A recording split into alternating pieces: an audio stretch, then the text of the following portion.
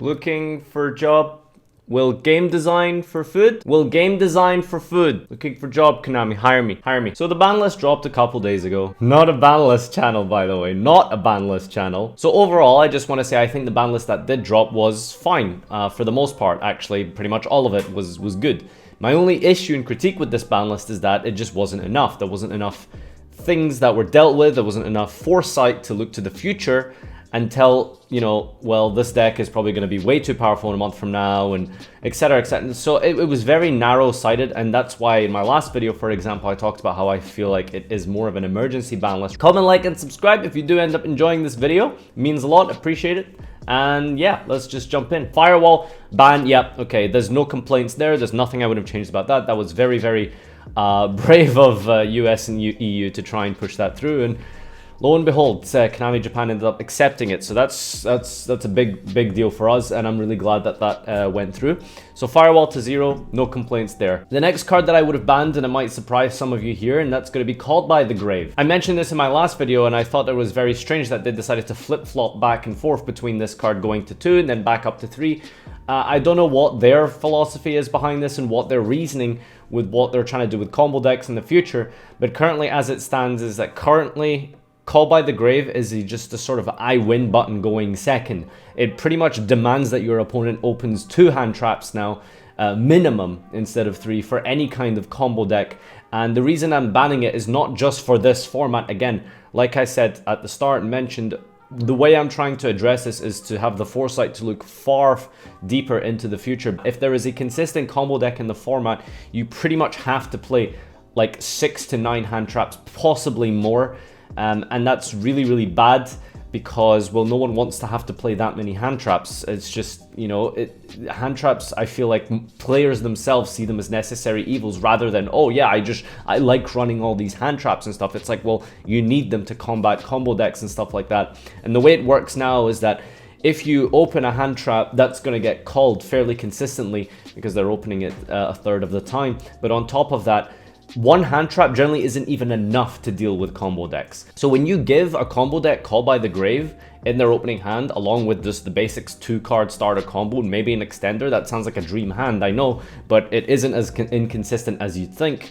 You need to open like 3 hand traps minimum now to deal with a hand like that. And no one wants to be in a position where they have to open 2+ hand traps just to beat one single deck in a format that might be dominant or whatever. So I think banning Call by the Grave is a very good and justified way of making sure that combo decks, maybe not now, but at least in the future, don't just have some kind of I win button outside of their 2-card starter combo. The next card on my list is Gumblar to 0, and I don't think that should come as any surprise after everything that I've mentioned about it. But the way I see hand looping in general in Yu-Gi-Oh! Is like, well, I've always been against it. I've never thought Cyframe Omega, for example, was a particularly fair card at more than 1. I think it's very stupid that you can loop multiples and just get rid of your opponent's hand before they've even had a chance to play. Looping 1 card out of your opponent's hand just to have a generic level 8 synchro play, I guess, is pretty fine. It's kind of like a 1-for-1 in that sort of way. But when you're playing multiple Cyframes, you're either number 1, a Cyframe player, which, you know, nobody gives a shit because who cares about Cyframe players, or number 2, you're trying to do something unfair. It's kind of the way I see Gumblar. Whenever I read that text and it says discard 2 cards from your opponent's hand, you're never going to be using that for some kind of fair play. You just the very first time you read that card, you know someone's trying to abuse it and resolve it multiple times, trigger it on your turn, and now you're discarding 4 cards. And it's like supposed to have this drawback of discarding your own cards, but discarding your own cards doesn't mean anything if you have a big board or if you have an extra link. Like it's pointless, especially, and this is what I mean about foresight, and I think the foresight that Konami lacks, and that's the Neo Space connector that's coming out next week or something, I believe. It's literally a tour guide for warriors, except it's better than tour guide because it doesn't negate the effect. You can overlay synchro, do anything with it, link with it, etc. And then you can bring back the monster that you summon off it, namely Neo Space Aqua Dolphin. This card alone lets you loop 2 cards out of your opponent's hands. And, you know, if you have multiple extenders in your hand, you keep going, do your link plays, Gumblar, blah, blah, boop. 6 cards gone out of your opponent's hand. We're basically back to like FTKs. And that's really stupid that they haven't had that foresight to look ahead. Like they didn't ban Dolphin, they didn't ban Gumblar, they did nothing to address this hand loop problem, and I don't think anyone can argue that hand looping is good. I mean, if you disagree, like I said at the very start, if you have any comments about this, feel free to leave it down below. But I'm pretty sure we can all agree for the most part that hand looping before your opponent has a turn is very unfair and just should not be a thing. The next card I would have had banned is Rongo Bongo. This deck is something that has gone completely unaddressed. Like, they tried to hit the consistency by limiting Armageddonite and semi-limiting Malicious. But again, I would go back to Foresight. Neospace Connector is coming in a week or two. That card is basically a strong normal summon for warrior decks. You're able to go into Isolde with it. You're able to loop a card out your opponent's hand, etc. That itself is kind of dealing with the issues that Rongo had previously when it had Arm at 3. Yes, I understand Armageddonite is better because it's a one-card summon sork. Neospace doesn't let you do that, but there are ways to make the deck good and playable, and I'm very scared that this deck might end up being the best deck. And just to deal with that, I think Rongo being banned should have been, you know, something that they should have done.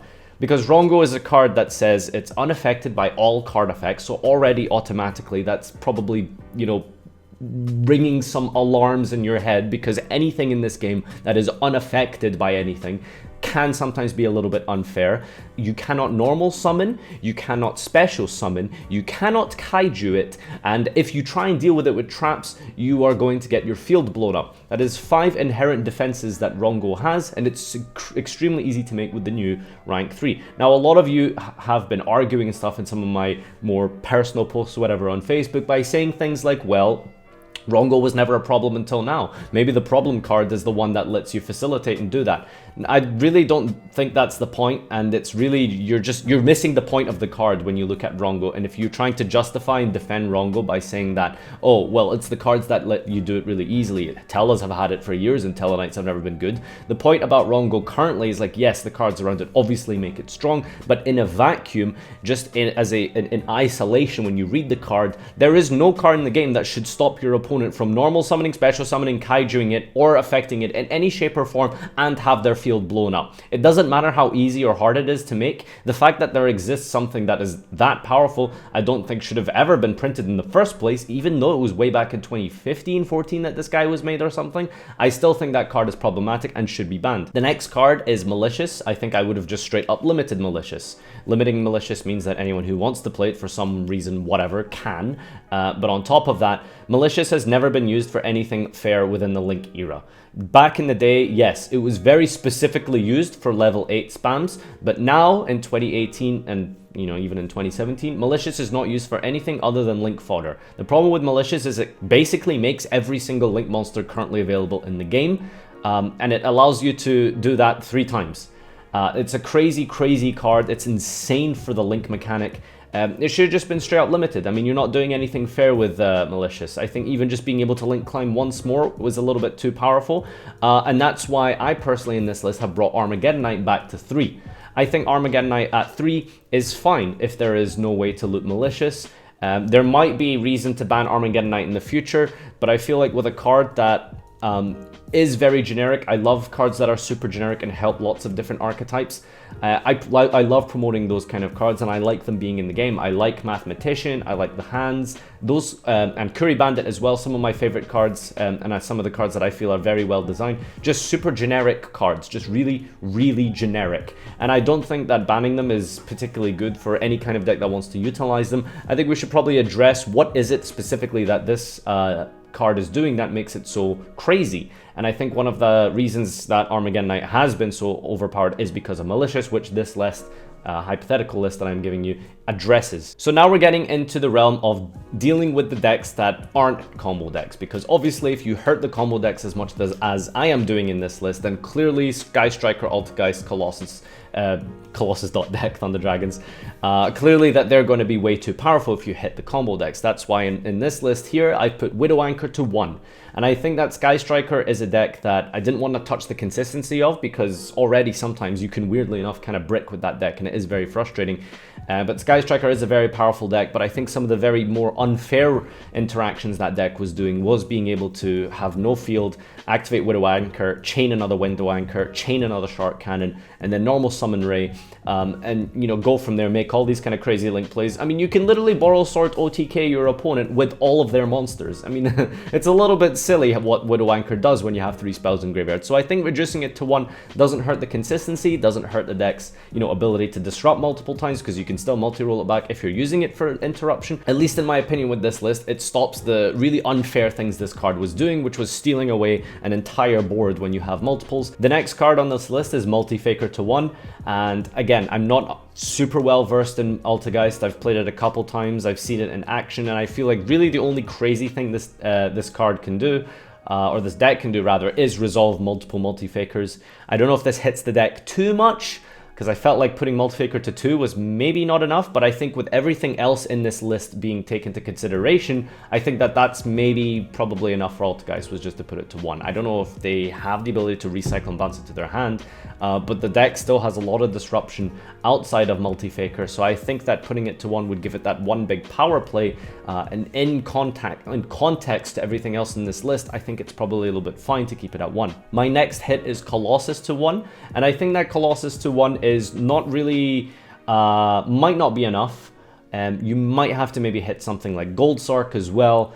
I don't know why Gold Sark was taken off. I mean, really, all it takes is one Banish style deck, and suddenly that thing becomes Rhoda, it becomes a pop, it becomes whatever. Yeah, Gold Sark is really, really strong, but so far, I'm just going to leave it at Colossus to 1, because I don't think having your... I don't think Colossus is a good card for the game anyway, but that's besides the point. Like, that clearly is a viable win condition, and very important win condition for Thunder Dragon, is to stun your opponent with a Colossus.